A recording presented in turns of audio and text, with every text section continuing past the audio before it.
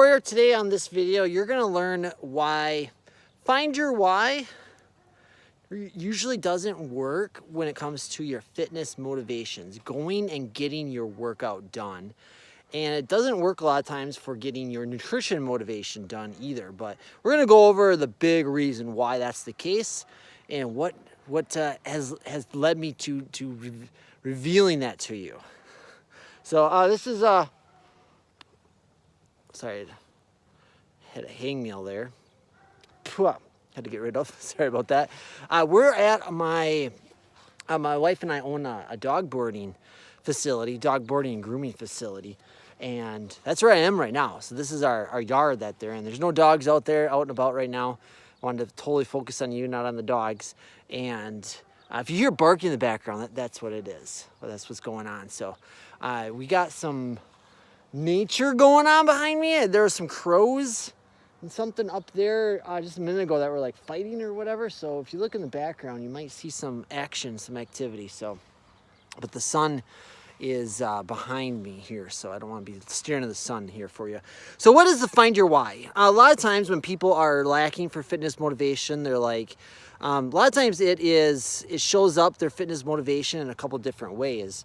And we won't go into, there's actually a term out there called motivation deficit disorder that millions of people are suffering from, and they know it, but they don't really know what to do about it.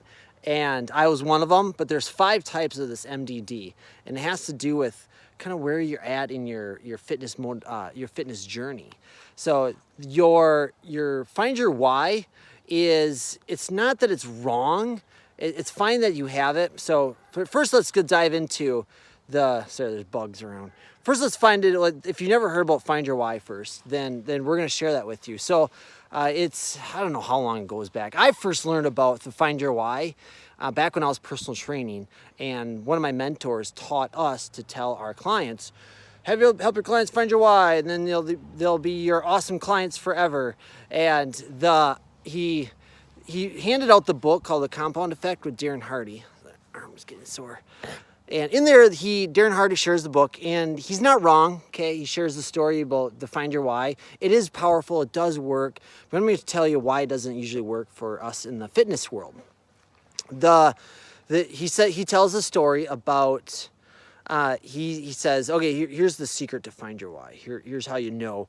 And then the saying goes, you just have your powerful why, you can go through any how. Like if your why is strong enough, it doesn't matter the how. You'll fight through it. You'll go through it. And that's true as well. But I'm going to share with you why it doesn't always work with fitness.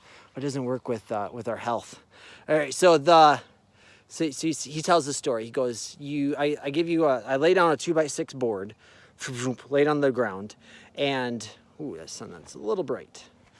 Maybe I will look into the sun. That way you're not looking into the sun. So you lay down the 2x6 board, boom, and he says, okay, I'm going to give you $20 to go ahead and walk across this board.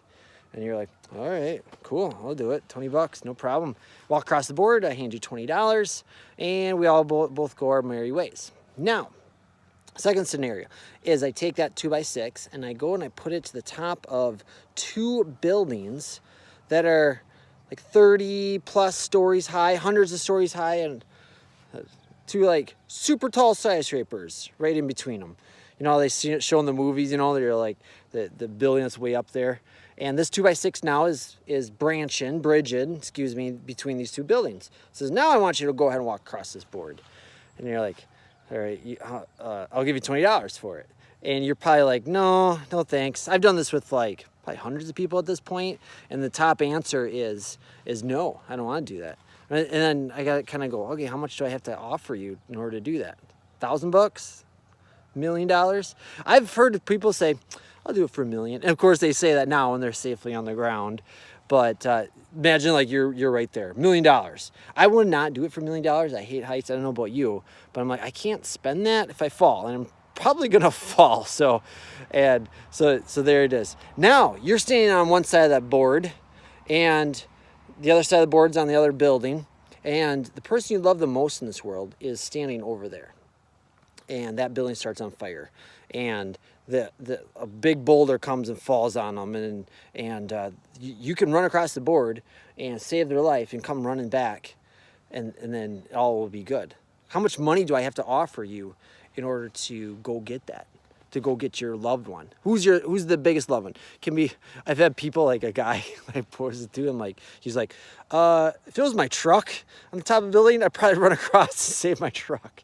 So there's this guy that's like, so it doesn't have to be a person, but you get what I'm saying. And then you're okay, cool, I got my why. That person, I'm gonna fight through fire, I'm gonna do anything for that one person. And that's cool. Like, it's good to have in your back pocket. It's a nice little bullet to have in your gun against it. Here's the problem with that, though. And then there's different variations of that story, but that's basically, okay, I got the most powerful why. And usually, like, somebody has a really powerful why, it stems from like a really crappy scenario. Like, they lost a loved one from a heart attack. Their son or daughter struggled with obesity, and they managed to have it. And so it's usually, or they did as well, and they want to help other people. And so they go about it, things like that. The big problem with the Find Your Why is that the fitness world, it's not, the problem with that story, it's a one and done. Like, you ran across, you saved your loved one, you came back, you did something you hated, and you came back, and it's over and done with. The problem with, like, fitness is you got to do it over and over and over again. It's not a one and done. It's not a one month and done. If it is, it usually comes back. I found, like, I see a lot of people that lose 10 pounds and then they gain it back. They lose 20 pounds and then they gain it back. I was in that boat for 6 years, gain, loss. Because I would have a powerful why. I would get fired up. I'm like, yeah, I'm doing this. And there it was. I really realized this when on that last weight loss journey that I went through and becoming chubby to hot husband, that quest there was, I had a really powerful why in the beginning. That was to save my wife.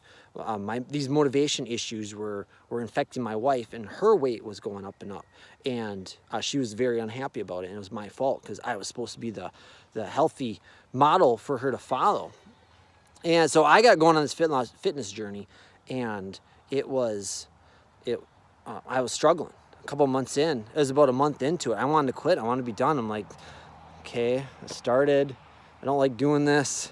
Where's my body? Where's my abs? Where's my pecs? Come on already. I was kind of sick of doing this. Are you here yet? And that's where I'm like, why isn't this working? I have my why. In this case, the most powerful why of my life. Why is it such a struggle to show up to the gym? Why is it such a struggle to stick to this diet, stick to these plans, these meal plans? And that's where the Warrior Motivation Method was basically born, was to scratch my own itch, fix my own problem, and get into that. The other big problem with Find Your Why is people use it to do something they don't want to do something that they hate doing, do something that's a struggle, like run across a border that they don't want to do. Therein lies the problem. Did you notice how we never have to use that Find Your Why stuff when it's something you love doing? Like, let's take video games, for example, or watching Netflix, or binging on your favorite shows, or sleeping. Like, do you ever have to convince your child to say, I got a client, and she's got I think he's 8 by now, but he just loves video games. He loves screens. And he's like, time to get off the screen, it's time to eat. And he's like, one more level, Mom, just one more level. She's like, let's go, come on. Okay, how much does that child, that 8-year-old, need to find his why in order to do that? Why is that? Because he loves doing it. He's passionate about it. He does it. Me and my wife, we're dog people. That's why we end up taking over this dog boarding and grooming place. We love dogs. Do I have to find my why to spend time with our dogs and our clients' dogs? No, because we love dogs. We're passionate about it. So therein lies the secret, and basically one of the building blocks behind the Warrior Motivation Method. And so stick to this channel, stick to this station here that you're watching, and we'll gradually share parts of that with you as I go through it, as I continue to use it as well. So that was today's story. That's today's episode. If this has been awesome for you, go ahead and subscribe. That way you never miss out on an episode. And without further ado, we'll see you in the next episode.